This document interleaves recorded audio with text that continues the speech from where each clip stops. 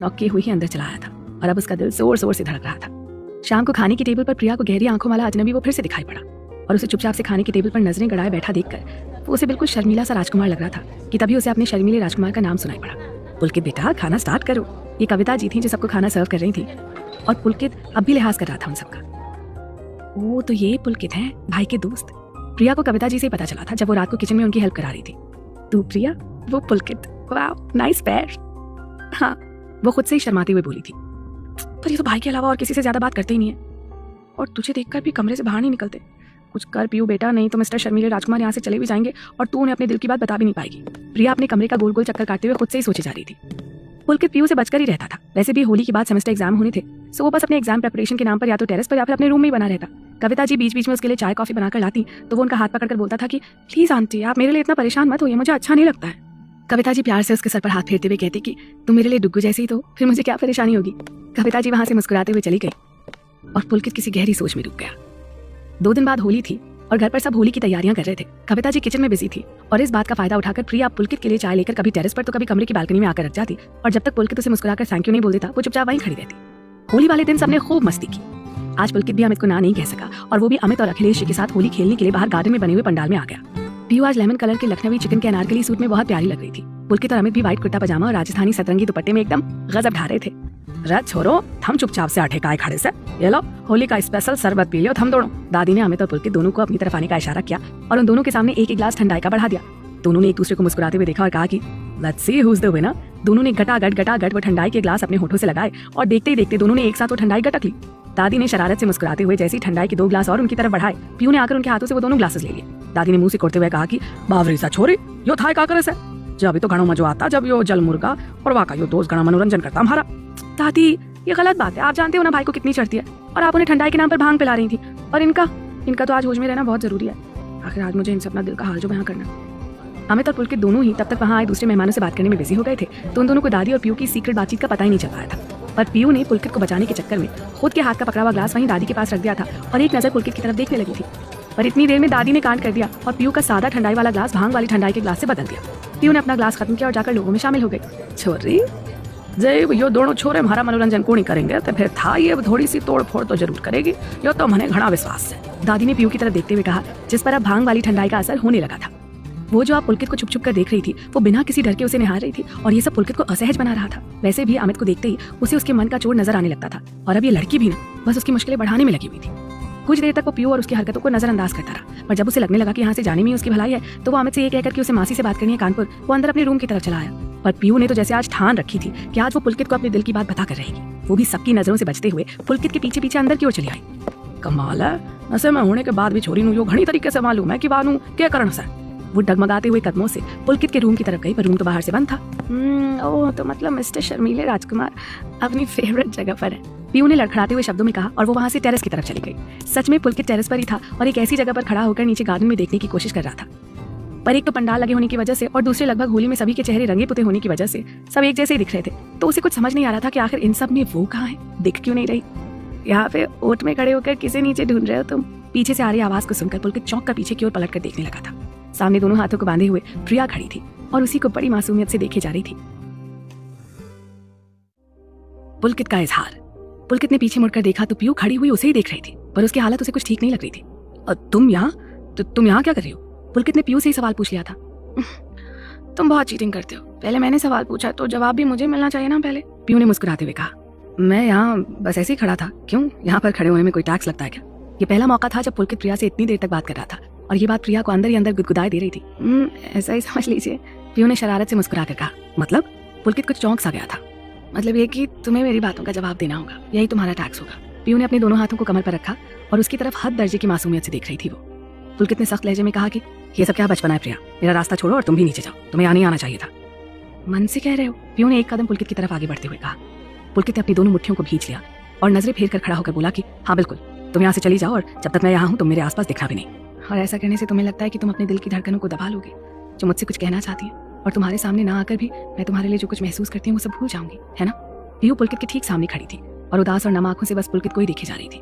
भांग का नशा भी उसे अपने दिल की बात कहने से रोक नहीं पा रहा था। अपने सामने पीयू को खड़ा देखकर वो चौंक गया। हड़बड़ी में उसने अपने कदम पीछे खींचने चाहिए थे कि पीयू ने झट से उसका हाथ पकड़ लिया और कहा कि मैं तुमसे कुछ कहना चाहती हूँ। और मुझे पता है कि तुम भी मेरे बारे में वही सोचते हो जो जो मेरे दिल में है तुम्हारे लिए। तुम अभी होश में नहीं हो प्रिया, अपने कमरे में जाओ और आराम करो। और एक बात मैं और क्लियर कर दूं, पुलकित ने अपनी एक उंगली उसकी तरफ करते हुए कहा, मेरे दिल में या दिमाग में तुम्हारे लिए कुछ भी नहीं है, तो अपने दिलो दिमाग से ये फालतू का फितूर उतारो और अपने काम से काम रखो। पुलकित ने उसे झड़क दिया था और वहां से जाने के लिए मुड़ा ही था कि उसके कदम पीयू की आवाज सुनकर वहीं के वहीं जम गए।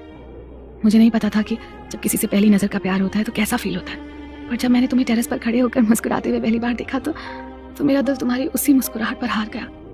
अगर तुम कह रहे हो कि तुम्हारे दिल में मेरे लिए कुछ भी नहीं है, तो फिर यही मुझे तुम्हारी आंखों में क्यों नहीं नजर आता?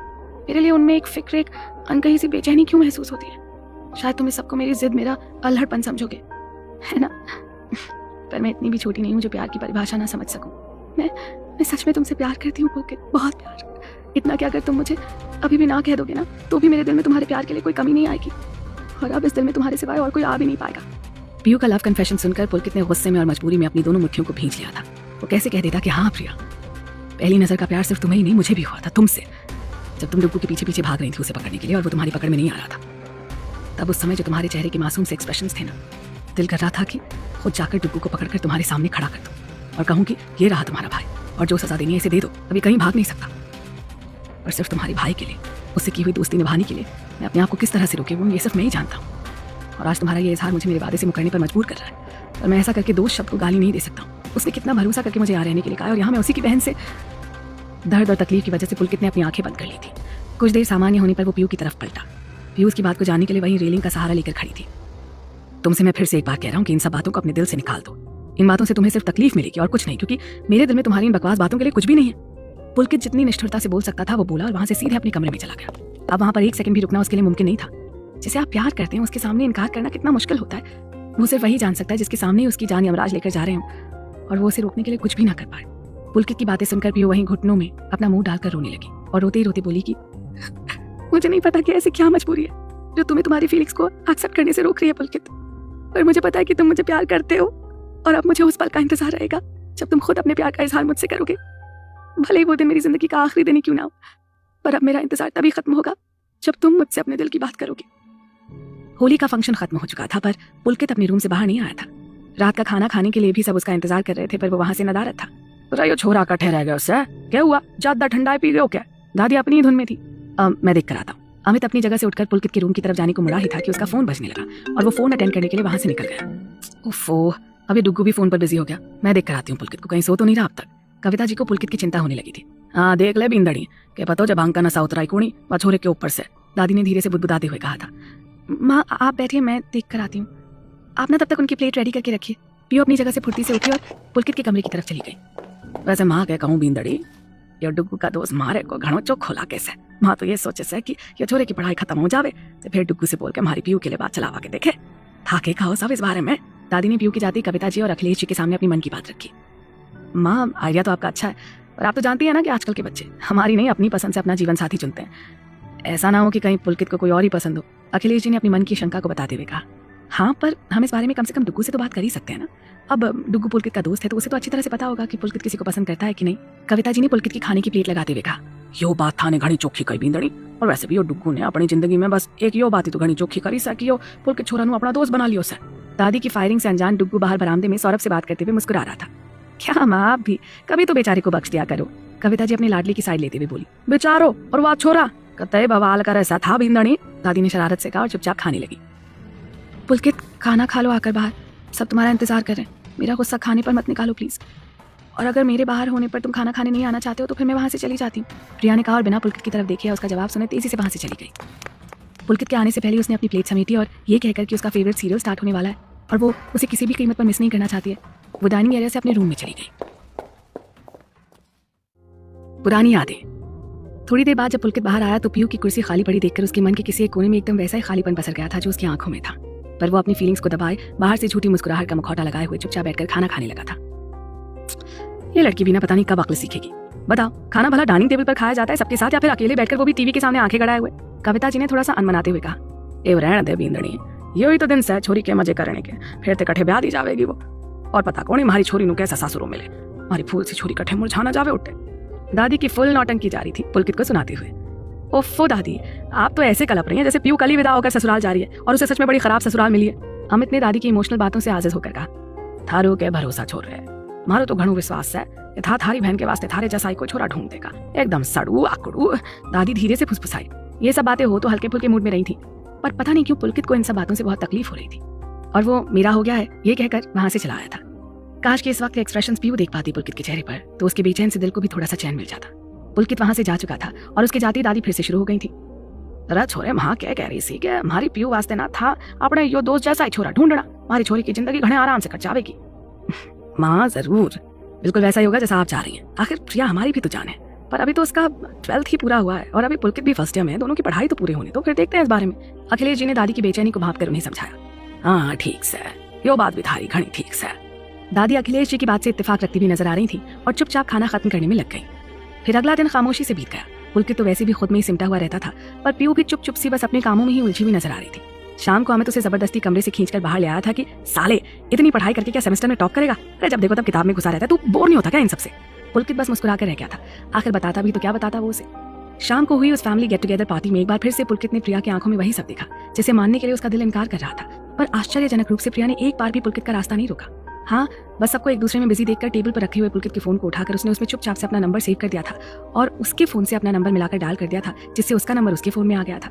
उसके बाद चुपचाप से उसने अपना नंबर डिलीट कर दिया और फोन वापस अपनी जगह पर रख दिया। उस शाम को ली हुई फैमिली फोटो को ही क्रॉप करके पुलकित ने अपने वॉलेट में रख लिया था, जिसमें सिर्फ पीयू नजर आ रही थी उसे। अगले दिन दोनों को दोपहर की फ्लाइट से पुणे के लिए निकलना था, सो सुबह से उसी सब तैयारियों में सब लगे थे। पुलकित भी अपना बैग पैक कर रहा था कि उसे लगा कि गेट पर कोई खड़ा है। वो ये माँ ने भेजा। पीयू ने अटकते हुए एक गिफ्ट पैक उसके सामने कर दिया। Thank you. पुलकित इन 10 दिनों में पहली बार पीयू के सामने हौले से मुस्कुराया था। देखो पीयू, उस दिन मैंने तुमसे जो भी कहा, I am really very sorry for that, पर तुम्हें ये भी मानना पड़ेगा कि तुम जो कह रही थी वैसा कुछ भी नहीं है। तुम्हारे मन में भी ये सिर्फ एक क्रश है जो मेरे यहाँ रहने तक तुम महसूस कर रही हो और मेरे जाने के बाद तुम भी रियलाइज करोगी कि ऐसा कुछ था ही नहीं और तुम मुझे भूल जाओगी। पुलकित ने इतना कहकर अपनी नजरें प्रिया से फेर ली थी। वो नहीं चाहता था कि जो झूठ उसने इतनी सफाई से उसके सामने बोला है उसकी चुगली उसकी नम आंखें और उदास चेहरा कर दे। फिर ये बात तुम मेरी तरफ देखकर क्यों नहीं कह रहे हो? सच तो यह है कि तुम अपनी फीलिंग समझ कर भी ना समझी दिखा रहे हो।